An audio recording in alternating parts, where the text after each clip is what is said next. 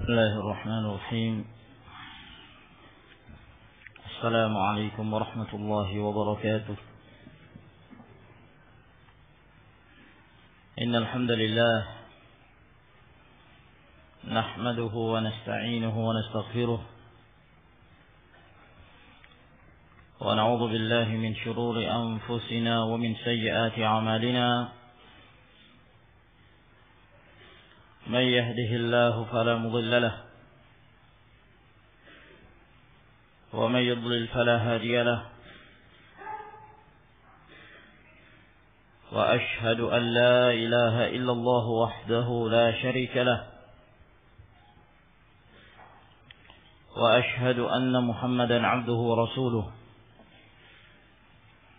يا أيها الذين آمنوا اتقوا الله حق تقاته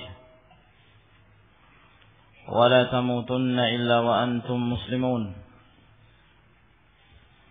يا أيها الناس اتقوا ربكم الذي خلقكم من نفس واحدة وخلق منها زوجها وبث منهما رجالا كثيرا ونساء، واتقوا الله الذي تساءلون به والأرحام إن الله كان عليكم رقيبا. يا أيها الذين آمنوا اتقوا الله وقولوا قولا سديدا يصلح لكم أعمالكم ويغفر لكم ذنوبكم، ومن يطع الله ورسوله فقد فاز فوزا عظيما. أما بعد، فإن أصدق الحديث كلام الله تعالى، وخير الهدي هدي محمد صلى الله عليه وعلى آله وسلم، وشر الأمور محدثاتها، فإن كل محدثة بدعة، وكل بدعة ضلالة، وكل ضلالة في النار. معاشر المسلمين رحمكم الله، والحمد لله, kembali kita beristima', bermajelis ilmu, dan berlomba-lomba menuju kepada kebaikan, sambil mengharapkan keridhaan Allah Subhanahu wa taala, di mana kita telah diberikan kemudahan pada malam hari ini untuk kembali melanjutkan pengajian kita dari pembacaan kitab yang paling sahih setelah Al-Quranul Karim, yang dikenal dengan nama Sahihul Bukhari rahimahullahu ta'ala. Kitab ini yang di dalamnya berisi berbagai ahkam yang dijelaskan oleh Rasulullah sallallahu alaihi wasallam sebagai petunjuk bagi orang-orang yang hendak mendapatkan bimbingan Rasulullah alaihi salatu wassalam, baik dalam permasalahan aqidah, tauhid, maupun dalam perkara-perkara yang lainnya, perkara fikih, akhlak, bermuamalah. Semuanya telah disebutkan di dalam kitab-kitab hadis yang mengumpulkan sunnah Rasul sallallahu alaihi wasallam. Di antaranya adalah Sahihul Bukhari yang ditulis oleh Al-Imam Al-Bukhari rahimahullahu taala, sehingga membaca hadis-hadis yang terdapat di dalam kitab ini adalah mempelajari dan mendalami bahagian dari agama kita yang merupakan warisan dari Rasulullah sallallahu alaihi wasallam. Dan ma'asyiral muslimin rahimakumullah, kita lanjutkan kembali pembacaan dari kitab Sahihul Bukhari rahimahullah di mana pada pertemuan yang terakhir kita telah sampai kepada hadis yang ke-105, yaitu hadis Abi Bakrah radhiyallahu taala anhu yang menjelaskan tentang kehormatan seorang muslim dan diharamkannya untuk ditumpahkan darah-darah mereka, harta-harta dan kehormatan-kehormatan mereka. Lalu kemudian Rasulullah sallallahu alaihi wasallam menganjurkan untuk menyampaikan apa yang telah beliau sampaikan kepada umatnya, disampaikan kepada orang-orang yang tidak menghadiri nasihat Rasulullah alaihi salatu wassalam secara langsung itu. Kita lanjutkan ke bab yang berikutnya, yaitu bab yang ke-38 dalam penomoran Muhammad bin Fuad Abdul Baqi. Berkata Al-Imam Abu Abdullah Muhammad bin Ismail bin Ibrahim Ibn al-Mughirah Ibn Bardizbah al-Ju'fi maulahum al-Bukhari rahimahullahu ta'ala. Babu ismi man kadzaba 'ala an-nabiy sallallahu alaihi wa ala alihi wasallam. Bab dosanya orang yang berdusta atas nama Nabi sallallahu alaihi wa ala alihi wasallam. Di dalam bab ini Al-Imam Al-Bukhari rahimahullahu ta'ala hendak menjelaskan bahwa berdusta atas nama Rasulullah sallallahu alaihi wa alihi wasallam bukanlah merupakan perkara yang ringan. Namun berdusta atas nama Rasulullah alaihi salatu wassalam adalah perkara yang sangat berat akibatnya. Sebab itu merupakan perkara yang diharamkan di dalam al-Islam. Berdusta secara umum merupakan perkara yang diharamkan. Tidak sepantasnya bagi seorang muslim untuk membiasakan diri menjadi seorang yang berdusta. Dusta dalam ucapan dan kata-katanya. Berdusta secara umum adalah perkara yang haram. Akan tetapi berdusta atas nama Rasulullah sallallahu alaihi wa alihi wasallam lebih besar lagi dosanya di sisi Allah Jalla wa Ala. Disebabkan karena kemudaratan yang lebih besar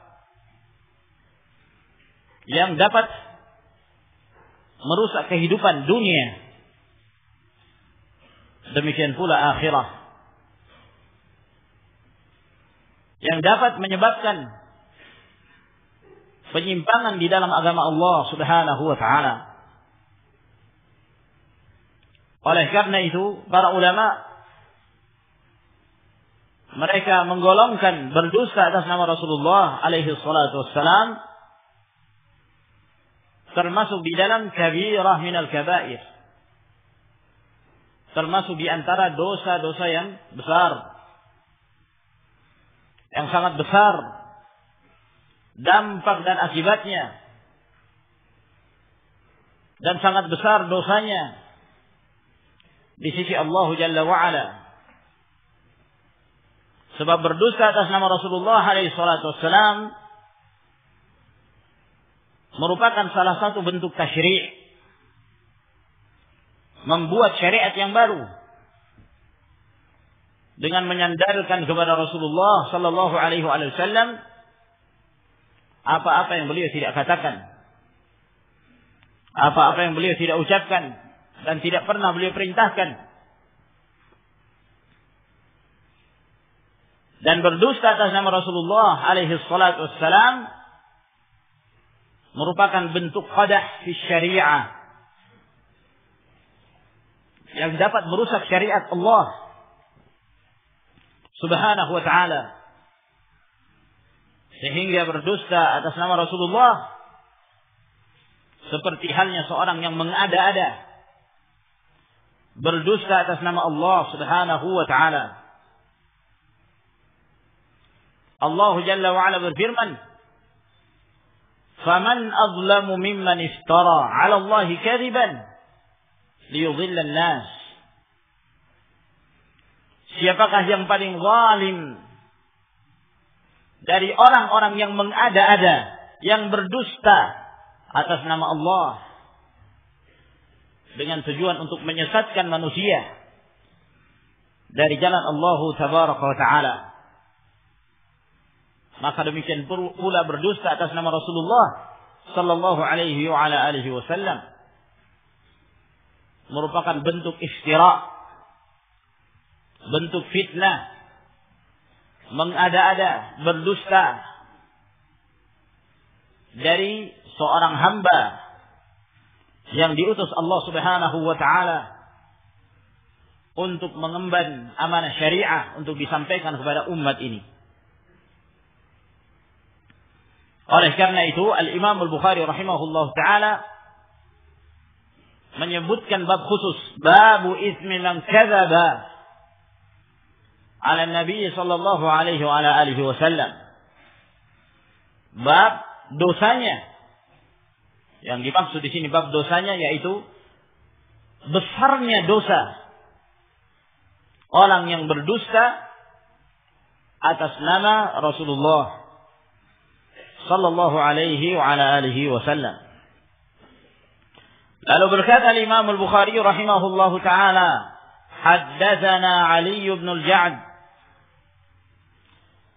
telah memberitakan kepada kami Ali ibn Al-Ja'd bin Ubaid Abul Hasan Al-Baghdadi. Beliau seorang perawi yang sangat terpercaya dalam meriwayatkan hadis. Qala akhbarana Syu'bah, beliau berkata telah mengabarkan kepada kami Syu'bah bin Al-Hajjaj Al-Ataki Abu Bistam Al-Basri Amirul Mu'minin fil Hadis,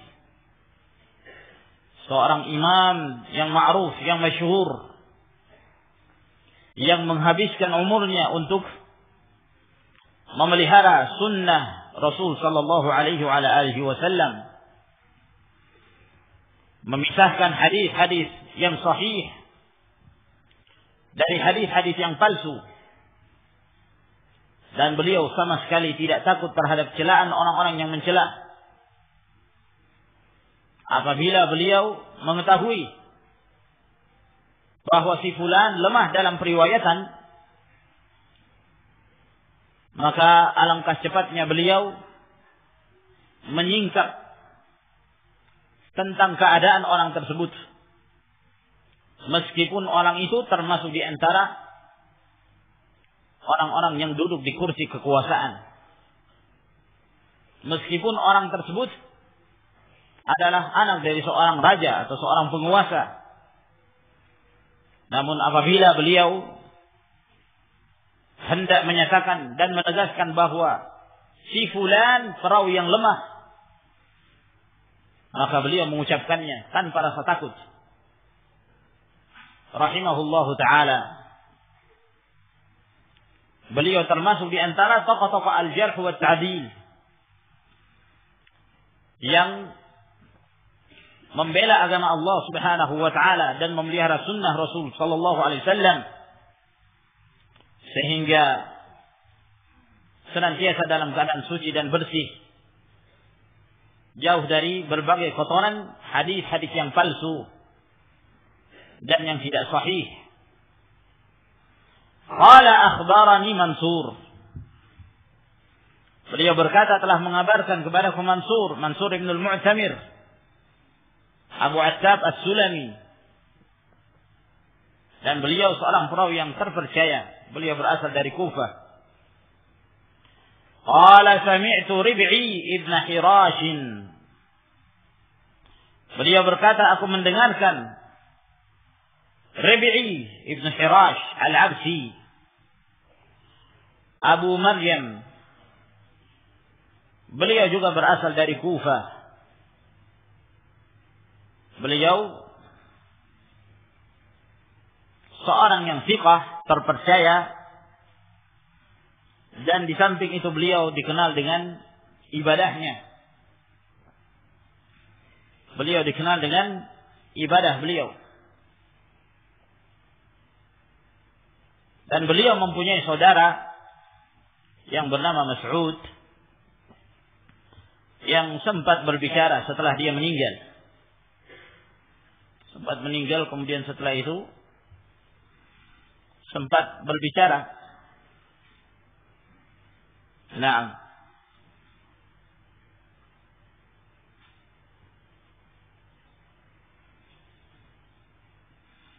dan Rabi'i bin Hirash rahimahullahu ta'ala, beliau salah seorang dari kalangan tabi'i. Beliau mempunyai saudara yang juga bernama Rabi'. Ar-Rabi', beliau sendiri bernama Rabi'i. Keduanya dikenal sebagai ahli ibadah. Yaqulu, beliau berkata, sami'tu Aliyan, aku mendengarkan Ali bin Abi Talib radhiyallahu ta'ala anhu, Abul Hasan, Nabi sallallahu alaihi wasallam menggelarinya dengan Abu Turab, Amirul Mukminin, setelah Utsman bin Affan radhiyallahu ta'ala anhu. Dan beliau juga termasuk dari kalangan Ahlul Bait, Ahlul Baitin Nabi sallallahu alaihi wasallam, di mana beliau menjadikan salah seorang dari anak Rasul alaihi salatu wasallam, Fatimah, sebagai istri beliau. Yaqulu, beliau berkata, qala an-nabiy sallallahu alaihi wa alihi wasallam, bersabda Nabi sallallahu alaihi wa alihi wasallam, la takdzibu alayya, janganlah kalian berdusta atas namaku. Yang dimaksud ucapan Nabi sallallahu alaihi wasallam, la takdzibu alayya, janganlah kalian berdusta atasku, yaitu jangan kalian menisbahkan kedustaan kepadaku. Fa innahu man kadzaba alayya falyalijin nara, karena sesungguhnya barang siapa yang berdusta atasku, menisbahkan kedustaan kepadaku, yaitu dia mengucapkan satu ucapan lalu dinisbahkan kepada Rasul sallallahu alaihi wasallam, falyalijin nara, maka hendaklah dia masuk ke dalam neraka. Itu terjemahan secara letter-letternya. Namun yang dimaksud falyalij, meskipun di sini bentuknya bentuk perintah, ada lam sebelum yalij. Yalij itu dalam bahasa Arab artinya yadkhul, masuk. Ada lam sebelumnya yang bermakna perintah. Sehingga asalnya kalau kita terjemahkan falyalijin nara, maka hendaklah dia masuk ke dalam neraka. Namun bentuk perintah di sini yang dimaksud adalah pemberitaan. Jadi di dalam bahasa Arab ada istilah berita, tapi tujuannya perintah. Berita artinya di dalam berita itu atau di dalam kalimat tersebut tidak ada isi perintah, tidak ada kandungan perintah. Namun sebenarnya maksudnya itu adalah perintah. Maksudnya adalah perintah. Seperti firman Allah Subhanahu wa taala, wal walidatu yurdi'na auladahunna haulaini kamilain. Dan wanita-wanita yang melahirkan anaknya, mereka menyusui anaknya 2 tahun yang sempurna. Selama 2 tahun sempurna. Di sini tidak ada perintah. Di sini adanya sebuah pernyataan. Ya. Wal walidatu yurdi'na, bahwa para wanita, para ibu-ibu menyusui anaknya selama 2 tahun sempurna. Namun sebenarnya ini adalah berita, tapi yang dimaksud adalah perintah. Yang maknanya adalah hendaknya para wanita, para ibu-ibu, apabila mereka hendak menyusui anaknya, hendaknya mereka menyusui anak mereka selama 2 tahun sempurna. Nah, ini berita, tapi yang dimaksud adalah perintah. Kadang-kadang sebaliknya, ada yang bentuknya perintah, tapi maksudnya berita, pernyataan. Seperti hadis ini. Falyalijin nar, maka hendaknya. Ini bukan perintah. Ya. Maksudnya pernyataan. Maka dia masuk ke dalam neraka. Sehingga kalau kita terjemahkan, fa innahu man kadzaba alayya falyalijin nar, karena sesungguhnya barang siapa yang berdusta atas namaku, maka dia masuk ke dalam neraka. Maka hadis ini yang diriwayatkan oleh Ali bin Abi Thalib radhiyallahu taala anhu merupakan hadis yang sahih yang diriwayatkan oleh Imam Al-Bukhari, demikian pula Al-Imam Muslim rahimahullahu taala. Dan bahkan hadis ini, hadis yang menjelaskan tentang larangan dusta atas nama Rasul sallallahu alaihi wasallam, merupakan salah satu hadis yang dihukumi oleh sebagian para ulama hadis yang mutawatirun lafzi. Jadi mutawatir itu ada 2. Yang dimaksud hadis yang mutawatir, ya, ini ada syarat-syaratnya, yaitu hadis yang diriwayatkan dari berbagai jalan. Ya, datang tidak dari satu jalur, tapi dari berbagai jalur. Yang dengan banyaknya jalan tersebut dipastikan bahwa itu diucapkan oleh Nabi sallallahu alaihi wasallam. Tidak ada keraguan. Ya. Nah, dari jalur yang banyak ini itu ada 2 bagian. Ada yang disebut dengan mutawatirun lafzi, ada pula yang disebut dengan mutawatir ma'nawi. Mutawatir lafaznya. Apa yang dimaksud mutawatir lafaznya? Yaitu banyak jalan yang meriwayatkan, datang dari banyak sahabat misalnya.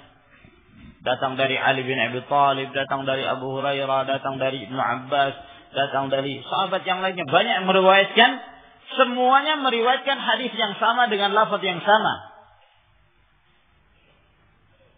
Seperti diantaranya adalah hadis man kadzaba alayya muta'ammidan falyatabawwa maq'adahu minan nar, atau falyalijin nar, dan yang semaknanya. Yaitu hadis yang kita bacakan ini tentang larangan berdusta atas nama Rasul sallallahu alaihi wasallam. Ada pula hadis yang mutawatir yang disebut dengan mutawatir ma'nawi. Dia mutawatir tapi dari sisi maknanya saja. Lafaznya tidak. Seperti misalnya tentang hadis disyariatkannya menyapu di atas khuf pada saat berwudu, sepatu atau yang semisalnya. Disyariatkan apabila seorang memakai sepatunya dalam keadaan suci, tidak dalam keadaan berhadas, lalu kemudian dia hendak berwudu disebabkan karena wudunya batal. Ketika dia berwudu, maka dia tidak perlu membuka sepatunya untuk membasuh kedua kakinya. Namun cukup dengan cara diusap bagian atasnya satu kali. Nah, yang menjelaskan tentang hal ini itu banyak sekali jalannya. Namun berbeda-beda lafaznya. Datang dari berbagai sahabat. Namun kejadiannya bermacam-macam. Kejadiannya berbeda-beda. Nah, ini disebut oleh para ulama mutawatir secara makna. Mutawatir secara makna. Lafaznya berbeda, namun semuanya memberikan makna yang sama. Nah, ma'asyiral muslimin rahimakumullah, kita kembali kepada hadis Ali bin Abi Thalib bahwa ini merupakan salah satu hadis di antara sekian lafaz yang meriwayatkan tentang diharamkannya berdusta atas nama Rasul sallallahu alaihi wasallam. Dan diriwayatkan oleh beberapa sahabat yang lainnya. Oleh karena itu kita lanjutkan ke hadis yang berikutnya, karena semua yang disebutkan di dalam bab ini memiliki makna yang sama, yang menjelaskan tentang diharamkannya berdusta atas nama Rasul sallallahu alaihi wasallam. Berkata Imam Al-Bukhari rahimahullah, haddatsana Abul Walid, telah memberitakan kepada kami Abul Walid Hisham bin Abdul Malik Al-Basri. Beliau termasuk perawi yang sangat terpercaya. Bahkan Al-Imam Ahmad rahimahullah ta'ala mengatakan beliau adalah Syekhul Islam. Qala haddatsana Syu'bah, telah memberitakan kepada kami Syu'bah. Syu'bah tadi siapa ya? Syu'bah bin Al-Hajjaj Abu Bistam. An Jami', dari Jami' Ibn Shaddad.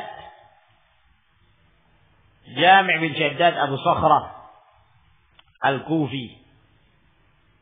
Beliau berasal dari kalangan tabi'in. An Amir bin Abdullah bin Zubair, dari Amir bin Abdullah bin Zubair Al-Qurashi Al-Madani. Beliau juga seorang tabi'i, anak dari seorang sahabat. An abihi, dari ayahnya, yaitu Abdullah ibn Zubair. Abdullah ibn Zubair. Ya. Nah.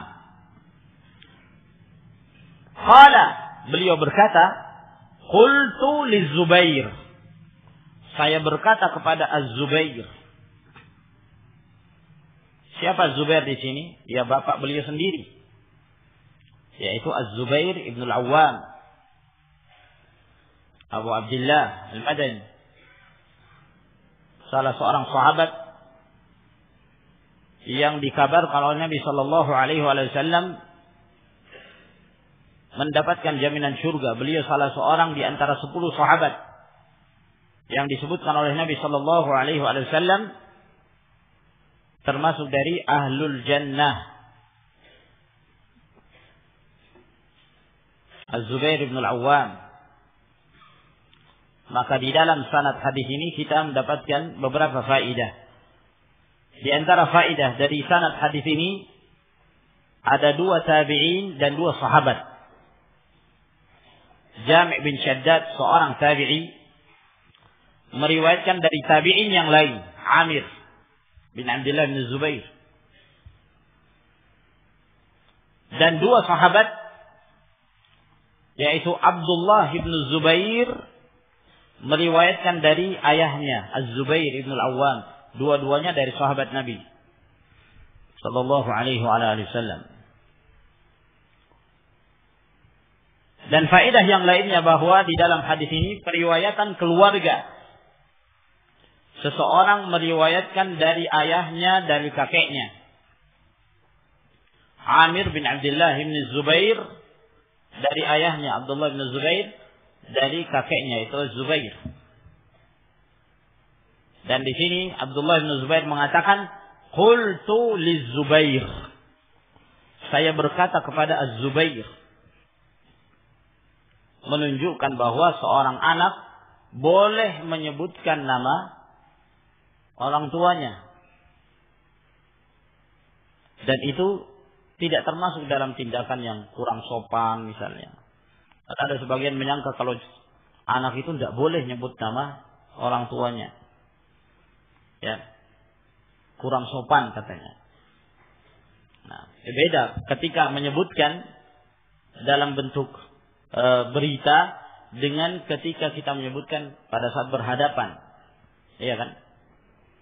Kalau kita berhadapan tentunya kita memanggil dengan panggilan yang menunjukkan seorang itu menghormati orang tuanya dengan panggilan yang halus. Ya. Ya abati. Naam. Atau yang semisalnya. Ya abi atau yang semisalnya. Atau memanggilnya dengan kunya. Nah. Adapun pada saat dia menjadi orang ketiga, gaib, boleh disebutkan namanya. Qultu liz-Zubair. Di sini Abdullah bin Zubair menyebutkan dan memberitakan apa yang beliau ucapkan kepada ayahnya Az-Zubair. Aku berkata kepada Az-Zubair, inni la asma'uka tuhaddithu an Rasulillah sallallahu alaihi wasallam. Sesungguhnya aku tidak pernah mendengarkan engkau memberitakan dari Rasulullah sallallahu alaihi wasallam kama yuhaddithu fulanun wa fulan. Sebagaimana si fulan dan si fulan itu suka memberitakan hadis dari Rasulullah alaihi salatu wassalam. Yani anaknya Abdullah bin Zubair mempertanyakan, kenapa kok engkau Az-Zubair bin Al-Awwam lama bersama Rasulullah alaihi salatu wassalam, selalu menemani Rasulullah, tapi kok kamu jarang memberitakan hadis-hadis dari Nabi sallallahu alaihi wasallam, tidak seperti si fulan yang selalu memberitakan hadis, si fulan yang selalu memberitakan hadis. Maka Az-Zubair bin Al-Awwam menjawab, qala ama inni lam ufariqhu, ketahuilah sesungguhnya saya tidak meninggalkan hadis-hadis Rasul itu. Ya, beliau hendak menegaskan bahwa saya jarang memberitakan hadis dari Nabi SAW, bukan karena saya benci kepada hadis Rasul, atau saya meninggalkan hadis Rasul, atau saya meninggalkan sunnah. Bukan itu maksudnya. Ama inni lam ufariqhu, ketahuilah saya tidak meninggalkan hadis Rasul sallallahu alaihi wasallam. Walakin sami'tuhu yaqul, akan tetapi yang menyebabkan aku jarang memberitakan hadis, aku mendengarkan beliau bersabda, Man kadzaba alayya falyatabawwa maq'adahu minan nar. Barang siapa yang berdusta atas namaku, maka hendaklah dia persiapkan tempat duduknya dari neraka. Lagi-lagi di sini ada bentuk perintah, namun maksudnya pernyataan, berita. Maka dia akan menempati tempat duduknya di dalam neraka. Maka hadis Az-Zubair bin Al-Awwam ini semakna dengan hadis yang sebelumnya yang diriwayatkan oleh Ali bin Abi Thalib radhiyallahu ta'ala. Maka hadis ini menjelaskan tentang dosa dan diharamkannya seseorang yang berdusta atas nama Rasul sallallahu alaihi wasallam. Dan tidak ada perbedaan dalam hal ini, seseorang berdusta atas nama Rasulullah, apakah tujuannya untuk merusak Islam atau tujuannya untuk kebaikan. Karena ada sebahagian mereka dari kelompok Al-Karramiyah dan dari kalangan As-Sufiyah, mereka mengatakan kami berdusta bukan untuk kejelekan tapi untuk kebaikan. Yang dilarang oleh Nabi sallallahu alaihi wasallam adalah berdusta untuk kejelekan. Kalau untuk kebaikan tidak mengapa. Misalnya dengan tujuan berdusta tentang keutamaan membaca Al-Quran, yang tujuannya agar kemudian kaum muslimin yang lalai dari Al-Quran mereka kembali kepada Al-Quran Karim. Itu alasan mereka. Dari mana pembagian seperti itu? Hujjah mereka ketika mereka membacakan hadis ini. Kata mereka, yang dilarang oleh Nabi itu la takzibu alayya. Kata mereka, yang dimaksud takzibu, al-kadzibu alayya adalah berdusta atas nama Rasulullah dengan tujuan yang jelek. Lalu mereka membedakan antara al-kadzibu ala dengan al-kadzibu lahu. Jadi ala dan lam itu kan huruf jar. Nah, di dalam bahasa Arab itu terkadang pergantian huruf jar, pergantian huruf itu menunjukkan pergantian makna. Seperti misal, kalau kita mengatakan raghiba anhu. Raghiba an, pakai anhu. Itu artinya apa? Membenci. Tapi kalau raghiba fihi, pakai fi bukan pakai an, artinya 180 derajat dari makna yang pertama tadi. Lawan dari benci. Apa itu? Senang. Ya. Bayangkan. Pergantian an dengan fi membolak atau membalik makna. Nah, demikian pula da'a ala. Artinya mendoakan kejelekan atas seseorang. Da'a alaihi, pakai ala. Tapi kalau da'a lahu, bukan dengan menggunakan ala, tapi menggunakan lam saja, lahu, itu mendoakan kebaikan untuk seseorang. Jadi pergantian huruf jar menunjukkan pergantian makna. Namun ini tidak secara umum. Tidak secara mutlak. Ya. Tidak semua yang menunjukkan pergantian, tidak semua yang menunjukkan bahwa sesuatu itu harus menunjukkan bolehnya diganti. Ya. Seperti misalnya al-kadzib. Kadzib itu lawan seringnya bergandengan dengan ala. Yang artinya adalah tidak diperbolehkan menisbahkan dusta kepada seorang. Al-kadzibu alaihi, yang artinya adalah menisbahkan dusta kepada seseorang. Ya. Maka makna dari al-kadzibu ala itu maknanya dusta secara umum, secara mutlak. Nah, sebagian orang-orang sufiyah, karena memang namanya orang sufiyah, kebanyakannya orang-orang yang jahil terhadap agama Allah Subhanahu wa taala. Bodoh. Ya. Belajarnya ya melalui kuping aja, dengar gitu, ya. Kemudian diresapi. Nah, tidak pernah belajar takhassus seperti itu. Taunya ibadah, tapi enggak talabul ilm. Ya, taunya pindah masjid, dari masjid sana pindah ke masjid yang lain, terus itu aja kerjanya, tapi tidak pernah belajar. Begitulah keadaan orang-orang sufi ya. Ya. Tapi mereka ini sok tahu. Ya. Diistilahkan oleh para ulama muta'alim, orang yang sok mau jadi alim. Nah, ketika mereka menjelaskan tentang hadis ini, apa kata mereka? Nahnu nakdzibu lahu la alaihi. Kami berdusta untuk kebaikan Rasul, bukan untuk kejelekan Rasul. Kata Al-Hafidz Ibnu Hajar rahimahullah ta'ala, maka ucapan mereka ini menunjukkan jahluhum bil lughatil arabiyyah, kebodohan mereka dalam bahasa Arab. Yang dimaksud al-kadzibu ala itu adalah dusta secara umum, tidak diperbolehkan berdusta secara umum atas nama Rasul sallallahu alaihi wasallam.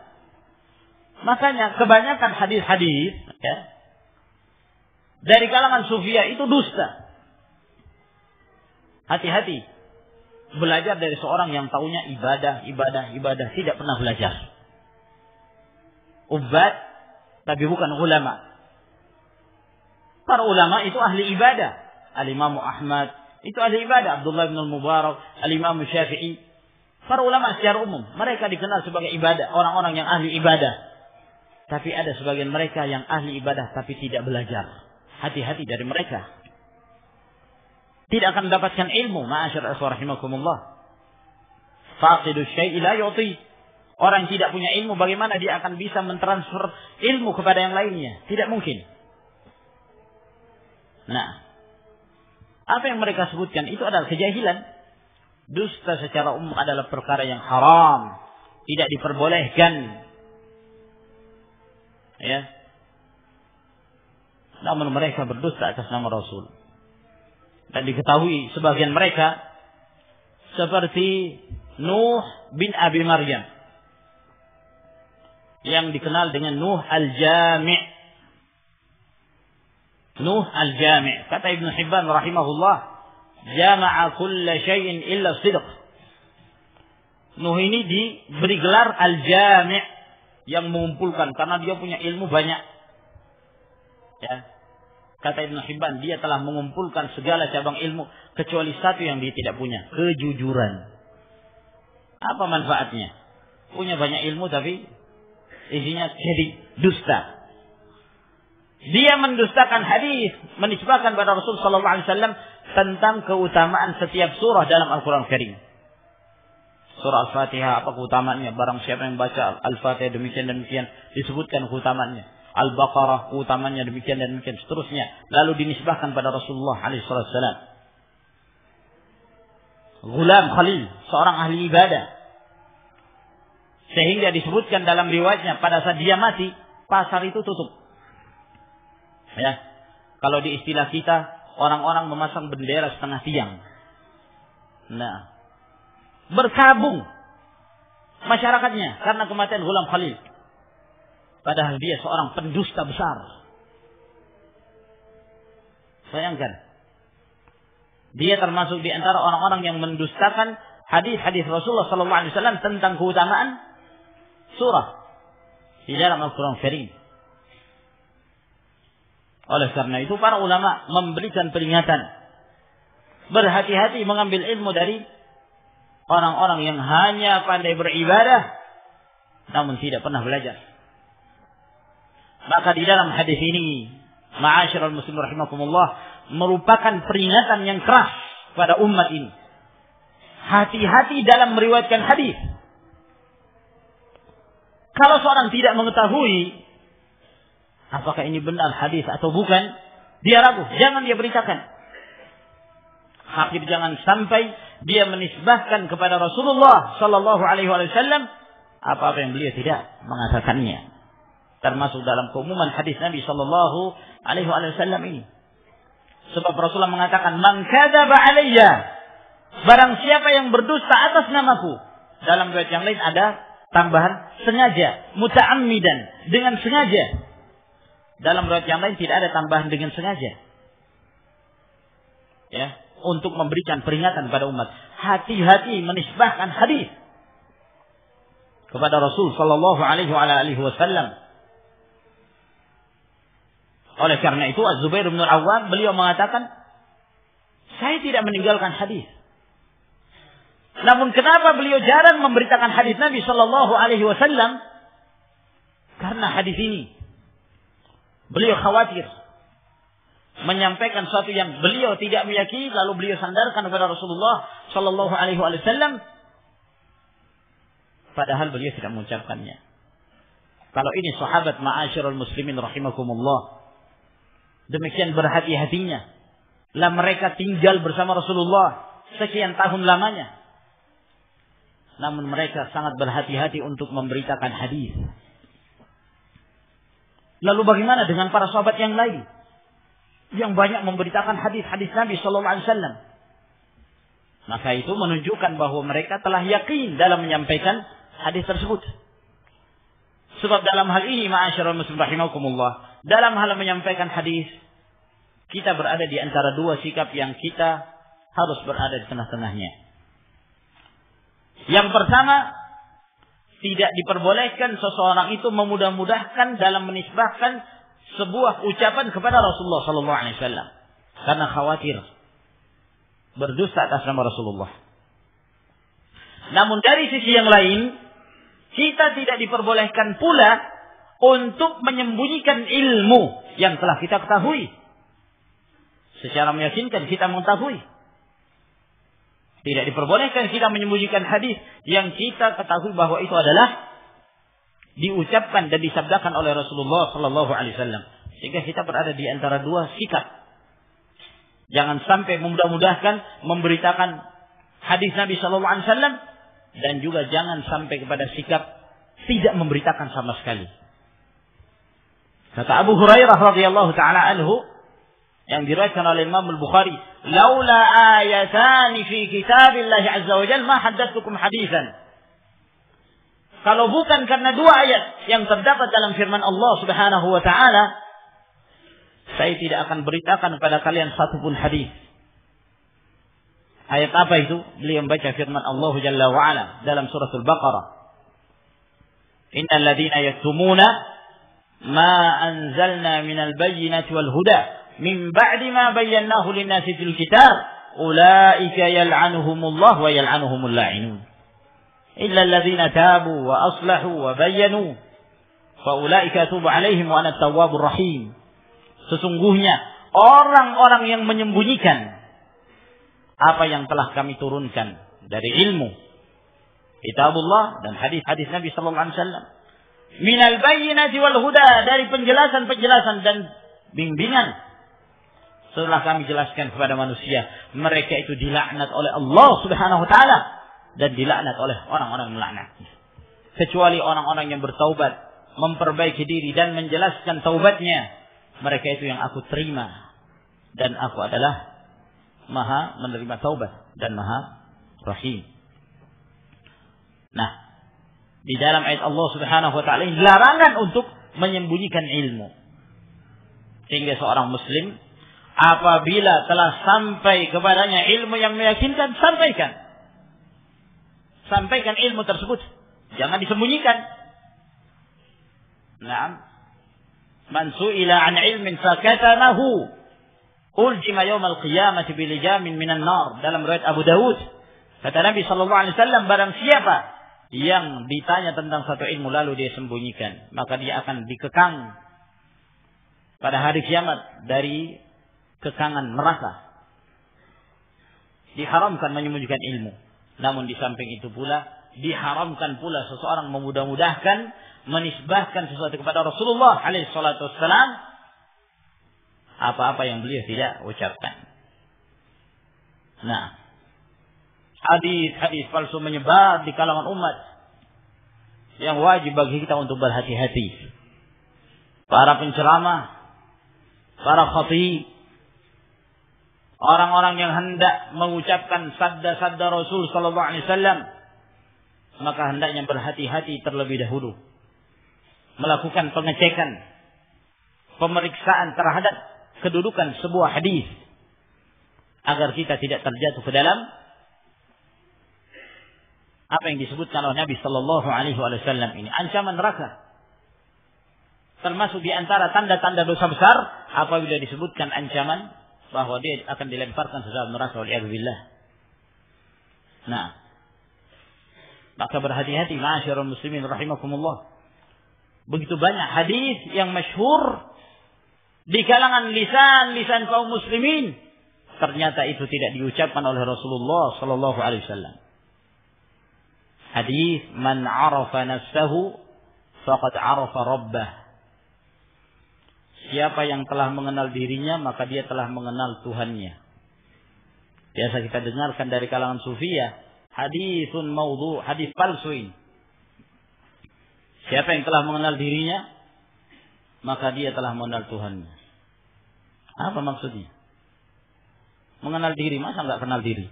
Lahir tanggal sekian, daerah sekian. Atau mungkin maksudnya sampai kepada tingkatan ma'rifah. Allahul musta'an. Utlubul ilma walau bisin. Tuntutlah ilmu walaupun sampai ke negeri Shanghai. Nah, Cina. Ikhtilafu ummati rahmah. Perselisihan umatku itu adalah rahmat. Hadis palsu, batil. Ad-dinu huwal aql. La aqla liman la dina lahu. Hadisnya orang-orang aklani. Agama itu adalah akal. Tidak ada agama tidak ada akal, tidak ada agama bagi orang yang tidak berakal. Maksudnya menjadikan akal itu sebagai sandaran utama di dalam beragama. Tazawwaju wa la tutalliqu fa inna talaqa yahtazzu lahu al-'arsy. Menikahlah kalian, jangan kalian menceraikan setelah menikah. Karena perceraian itu akan menggetarkan arasy. Ya. Hadis palsu ini.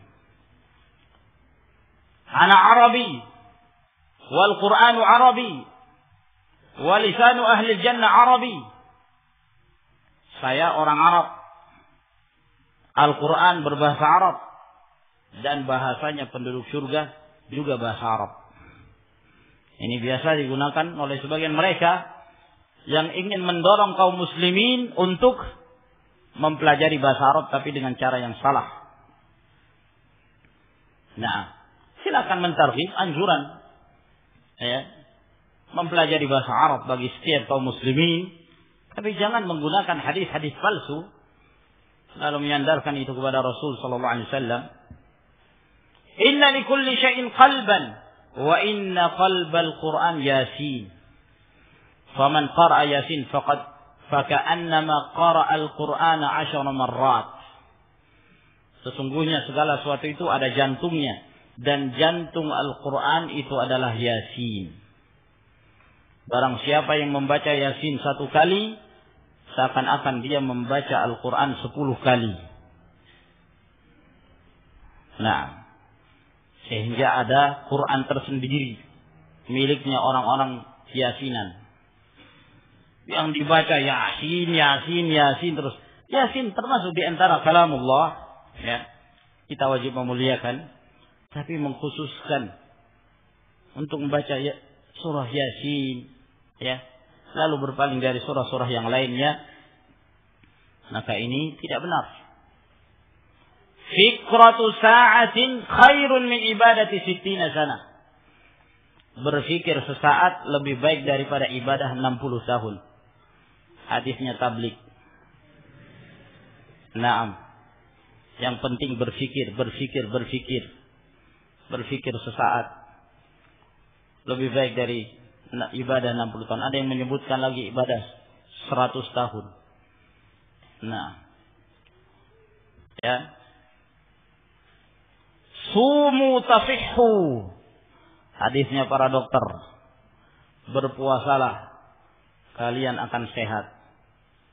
Ya, walaupun kita tidak mengingkari bahwa dengan berpuasa seorang insyaallah akan mendapatkan kesehatan dari Allah Subhanahu wa taala. Namun menisbahkan hadis ini kepada Rasul sallallahu alaihi wasallam penisbahan yang batil. Dan masih banyak lagi hadis-hadis yang lain yang dinisbahkan pada Rasul alaihi wasallam dan bukan dari ucapan beliau. Walhamdulillah Syekh Al-Albani rahimahullah telah diberikan taufik oleh Allah Jalla wa Ala di mana beliau mengumpulkan ribuan hadis-hadis palsu yang beliau bukukan dalam kitab beliau Silsilah Al-Ahadits Ad-Dha'ifah wal Mawdu'ah. Saya kira sampai di sini insyaallah yang kita sebutkan. Semoga Allah Subhanahu wa taala memberikan manfaat dari apa yang telah kita pelajari. Insyaallah taala kita sambung pada pertemuan yang berikutnya. Wa akhiru da'wana alhamdulillahirabbil alamin. Wassalamu alaikum warahmatullahi wabarakatuh.